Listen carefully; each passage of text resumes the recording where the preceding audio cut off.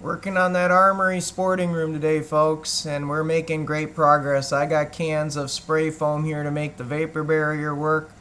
Instead of doing a plastic lined vapor barrier against this plywood, which has more moisture in it than I would like, often I've learned to just spray it first, get about an inch of spray down.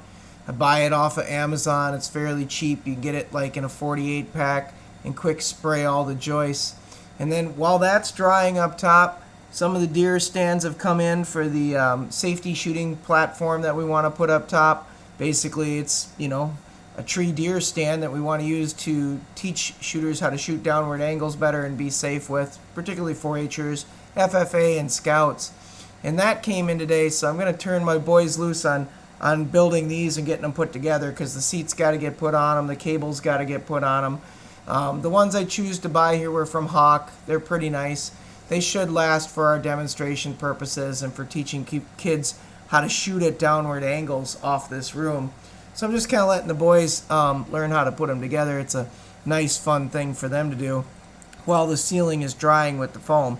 Let that ceiling dry for a couple days, and then we won't need a vapor barrier, and then we can finish the insulation on it and get that sheeted, and then all this can go up top, and it's going to be pretty cool, I think. In the meantime, you probably saw my video on the DeWalt router. If you haven't, check it out. But I did a quick review on a DeWalt cordless router and cut the window holes out with Owen. And now we're putting in the windows. And the windows went in great. What more can I say? They're, contractor grade type. They've got the screw-in flanges on the front, so it's really not that hard to screw them in. It's just more a factor of getting them level and squared up.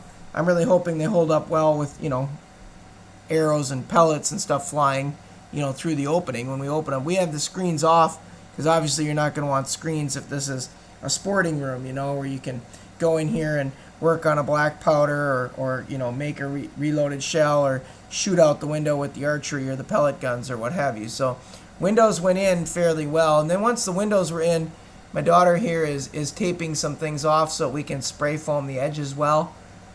We wanted to make sure they're as, energy efficient as we can, even though they're not the most expensive window. To be quite honest, they're a Menards brand of manual pull-open window, which is what we wanted for the archery. So it's kind of a tricky window to find because we wanted a window that would open with enough space that we could shoot out of it.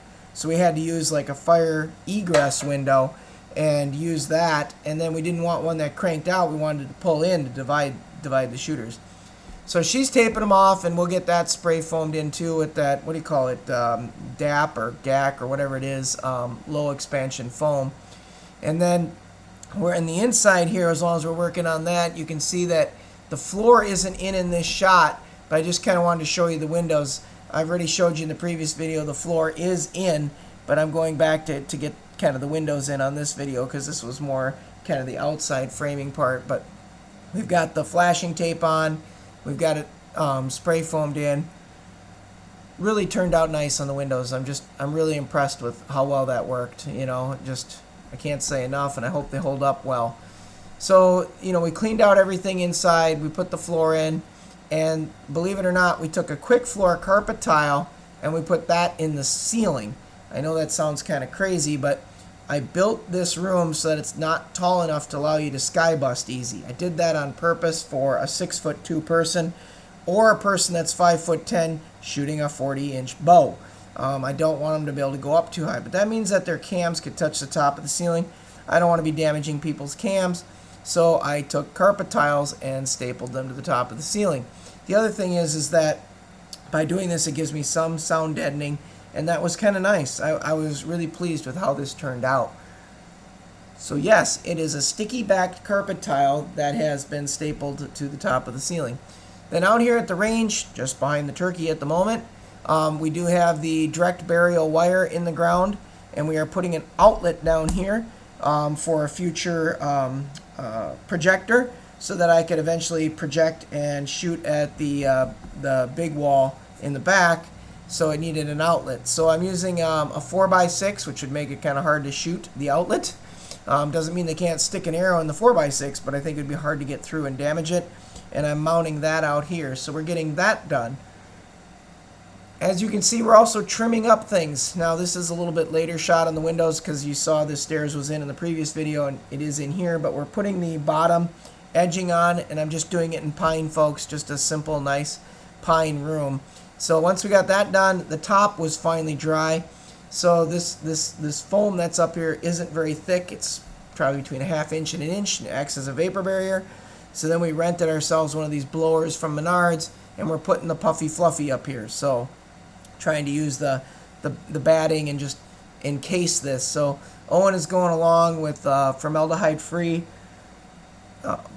batting from Menards, and we're just blowing this insulation in the floor joists over the top of that spray foam. Spray foam acts as the moisture barrier.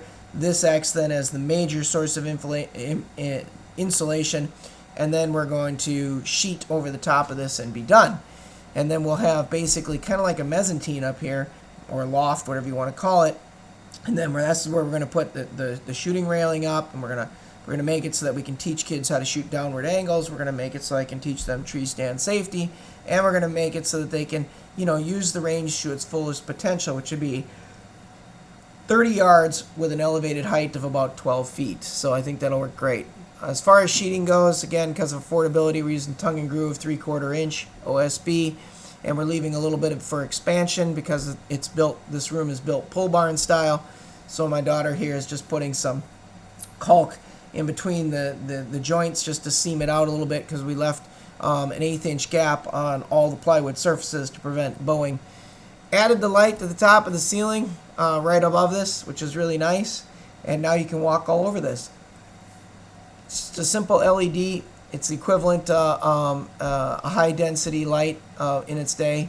And then it's time for railing. So I bought these railing, screw down things from Menards. Basically screw to the bottom of the post, and then you tip them up and then lag them into the wood rail edge, and they really seem to work well. I'm using a 4x4 treated post, which is just the easiest for me to get and put up, while my daughter is putting up some edging up here in the shooting loft, and kind of trimming it out for future shelving and stuff, and trying to make it look nice. So as she does that, I'm getting the railing done. It's just been a love. The boys have finished up putting together the tree stands. So next up is get our butt out in the woods and find ourselves a tree. So here you are. They got the shelving up. This is just performance shelving from Menards, folks. The same stuff I used on the previous video inside. It works absolutely fantastic. Holds a couple thousand pounds. And at this point, this is kind of a distance shot from how the room looks. And yes, there's an opening there with chain in between. And that's going to be for really, teaching that downward sharp motion. You're going to see that here in a minute. Brought the deer stands up, prepping it out for the future tree that's coming in here. So again, we want to teach some things here to kids. So out to find a down tree. Thank you for Danny. Danny has got a little forest of trees not too far from us, and he let me take one of these kind of hanging widowmakers down. This happens to be a nice basswood tree. I was looking for like a basswood or a maple. I really didn't want something too grippy, but I want something that would have some character to it. It's not perfectly straight, which is fine with me. I'm okay with that. But we needed about a nice 12-foot piece of tree to do. Got it back with the pickup thanks to Danny loading it with his tractor. Then got it onto my tractor, and then we get it up into the loft. Gotta tell you, it probably weighs a couple 100 pounds. We did shorten it down to 10 feet because that's all we needed. Took all the limbs off it, tried to keep its character so that we can use this, but yet not put too much weight on the floor and the floor joists. The floor joists are set at 12 inches apart. They're running about a 14.5-foot span, and they're 2x10, so they certainly have been kind of scheduled to take this couple 100-pound weight. Got the tree up in place, built a framing structure for up top between the two trusses to frame it in, and then leg bolted that in with a box. Got a little bit more work to do on that. You'll see it in a minute. And then on the bottom, we're lag bolting it in with, well, I guess you call them shelf corner brackets. Took shelf corner brackets about every 3 inches and put a lag and a 3-inch screw into the tree, and then a lag and a 3-inch screw into the joists down below, and just really locked this tree in place. We had a flush cut bottom on it thanks to some good chainsaw work, so it really makes it nice to stand up. And to leave it have some character, it's got a little bit of a lean towards it, and that's fine because the rafters have a pitch towards them, and it fit perfect in with the rafters and the lean. And we really like that. It leaves that character to the stand. So then once that's done, I finished building the box up top and make sure it's lagged in. Big 6-inch legs into the timber, 2x6s on the side, and then a complete 2x6 box up top, you know, kind of locking this in place. It really feels solid, which is what I wanted. And then we can use this as kind of a demo area. I think it's going to look really nice once I get it done here.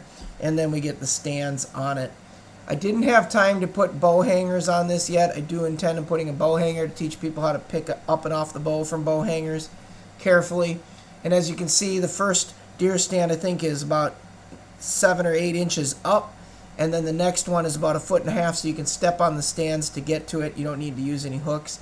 And again, I'm not doing this to make this a climbing video, or a climbing safety area. I'm just kind of using it to talk about deer harnesses and getting on and off the tree properly, and then having your tree harness on with your up and down lines for bringing up and down your bow, stuff like that. It's kind of like a demo area, and then it serves a dual purpose because then you can also sit on this and shoot, which would be really fantastic to teach angles. So Julie and I are getting this thing strapped together. I added a couple straps to it because I didn't like how the regular straps for the Hawk just don't pull tight enough for me. So I made sure I got that done real quick, and then things are going real good with that. So Julia here is bouncing on it and just kind of testing it out, and we'll fit her with a harness quick, and then we'll get her done too. So here she is with one of the harnesses. I'm just going to use a generic harness for teaching purposes, and this is as far as we've gotten at the point, folks. It is coming along. Keep watching these videos, keep liking and subscribing. We'll keep putting out great sporting videos like this. Thanks, folks.